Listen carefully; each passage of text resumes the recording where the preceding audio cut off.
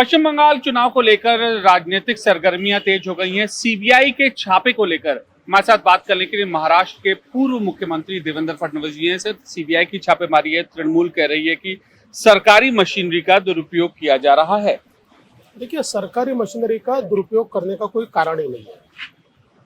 CBI के पास जिस प्रकार के एविडेंस है उसके आधार पर सीबीआई काम करता है और कोई भी जो नेता होते हैं उनके ऊपर कोई कार्रवाई करने से पहले सीबीआई सारी जांच कर लेता है, उसके बाद ही कार्रवाई होती है।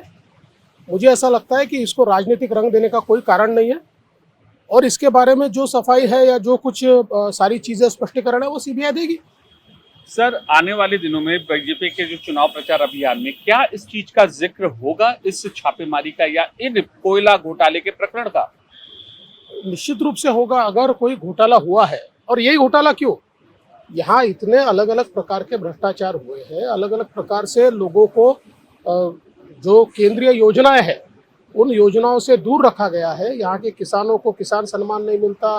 केंद्र सरकार की 100 से ज़्यादा योजनाएं हैं जिन योजनाओं को या तो यहाँ लागू नहीं किया जाता या फिर उसको अलग ढंग से रोका जाता है।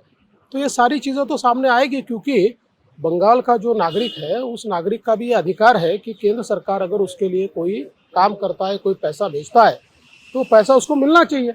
उसको कौन रोकने वाले आप होते हो? अगर उसको रोका जाता है तो ये बात तो आएगी।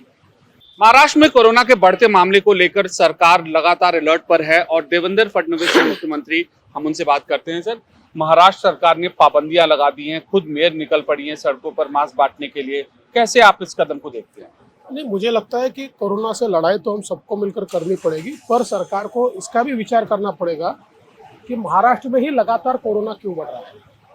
अन्य राज्यों की तुलना में पहले से महाराष्ट्र में सबसे ज़्यादा कोरोना की केसेस हुई, सबसे ज़्यादा मौतें भी महाराष्ट्र में हुई और अब वापस सेकंड वेव भी महाराष्ट्र में ही नज़र आ रहा है। तो इसके पीछे क्या कारण है?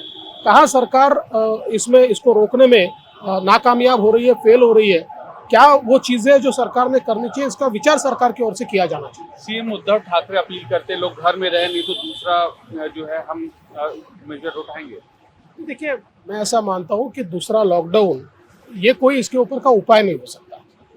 हाँ, ये ज़रूर है कि उनकी जो अपील है वो हम सब भी करना चाहते हैं लोगों को कि लोग उपाय करें, लोग मास्क पहने, लोग सोशल डिस्टेंसिंग रखें और लोग जिम्मेदारी के साथ बर्ताव करें। ये तो निश्चित रूप से हम कह सकते हैं।